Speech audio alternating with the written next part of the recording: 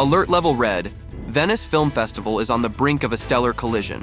Be careful. Both Brad Pitt and Angelina Jolie will be there, and the drama is already brewing. Jolie's attending for the world premiere of Maria, where she stars as the legendary opera singer Maria Callas in a biopic directed by Pablo Larraín. This film's part of the festival's in-competition lineup, so you know it's a big deal. I'm so fortunate to have the opportunities to do what I love in life. Pitt's not staying out of the spotlight either. He's showcasing Wolves, an action thriller directed by John Watts. Yep, the guy behind Spider-Man: No Way Home. Pitt's teaming up with George Clooney again, playing a pair of lone wolf fixers on the same job. Classic Pitt-Clooney vibes, right? I'm here to take care of your problem. Who called you? But here's where things get spicy. Just last month, Jolie asked Pitt via her lawyer to drop a lawsuit against her. The couple's been locked in litigation since 2021 over Jolie's secret sale of her shares in Chateau Miraval. You know, about love, about, I would say, trust. Trust in the person you love, trust in your intuition.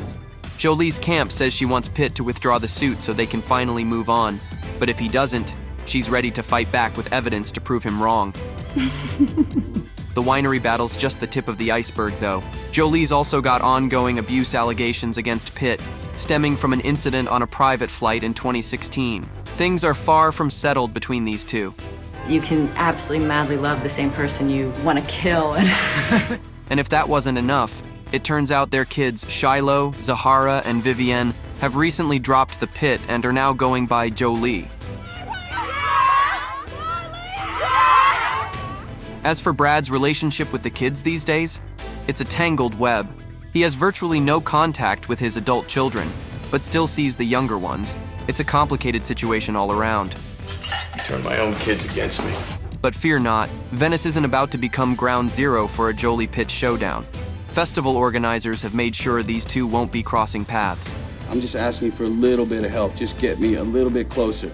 According to the festival's artistic director, Alberto Barbera, Angelina will be there on Thursday, August 29th, and she's heading straight to Telluride with Pablo Larraín right after. Brad, on the other hand, won't arrive until Saturday. Breathe out. No surprise run-ins to worry about. I just have to schedule things properly and make sure I don't get overwhelmed. Despite earlier rumors about them staying at the same hotel, the organizers are keeping things smooth, ensuring these two Hollywood icons steer clear of each other. So, while the drama is real, it won't be playing out on the Venice red carpet, unless, of course, something goes awry. And then, well, we will end up with a front row seat to the showdown of the century. Do you want to hurt me? Huh? Hurt me. I don't want to hurt Just do it. Hurt me. But hey, this wouldn't be the first time the Venice Film Festival has seen some controversy. Remember the drama from the 2023 Biennale? That year, the festival was packed with big-name premieres, but not all of them were welcomed with open arms. Roman Polanski's The Palace, Luc Besson's Dogman, and Woody Allen's Coup de Chance were three films that stirred up quite the debate. The controversy arose because all three directors had been accused of assault, which added a significant layer of drama to the event. Critics were torn. Should these films even be at Venice? Some journalists even refused to review them. At the premiere of Allen's film, protesters clashed with security, shouting "No rape culture" before being led away. It was a chaotic scene, adding to the already heated atmosphere. The cases surrounding these directors are different, but the similarities made them a hot topic in Venice. Polanski fled the US in 1978 after being charged with a 13-year-old girl and has since faced multiple accusations. Film director Roman Polanski has been a fugitive from U.S. justice since admitting to the statutory rape of a 13-year-old girl in 1977. Besson has also been accused of assault, though in some instances, charges were dropped or never pressed. So I'm not very disappointed by that. Allen was alleged to have abused his adopted daughter Dylan Farrow in 1992, a claim that was investigated but didn't lead to criminal charges. I was sexually assaulted. As a 7-year-old, I would have said he touched my private parts. Mm-hmm. Okay. Which I did say. All right. The inclusion of these films sparked a broader discussion about how European attitudes towards these scandals differ from those in the US. Until recently, all three directors were celebrated in Hollywood, with Polanski even winning an Oscar for The Pianist in 2003. But times have changed, especially after the Me Too movement gained traction in 2017. Festival director Alberto Barbera defended the decision to include these films. Speaking of Polanski, he mentioned, "The history of art is full of artists who were criminals, and we nonetheless continue to admire their work."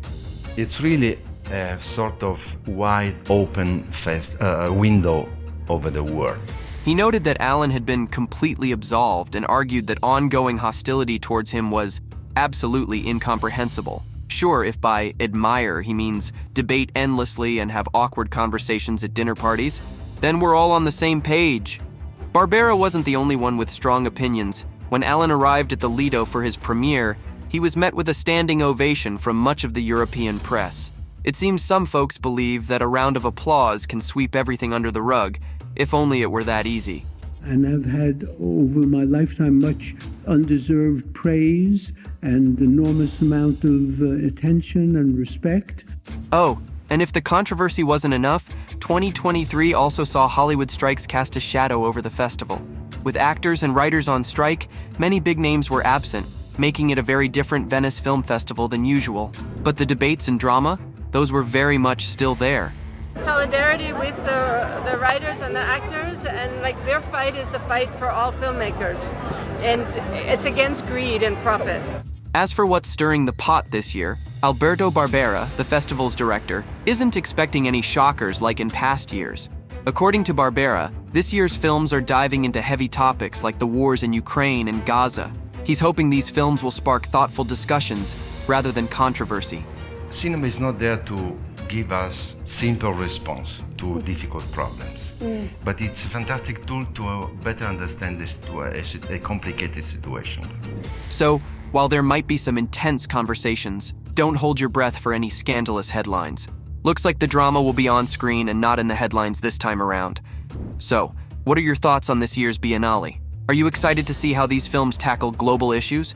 Or do you think we might still be in for some unexpected twists? Let's hear your predictions.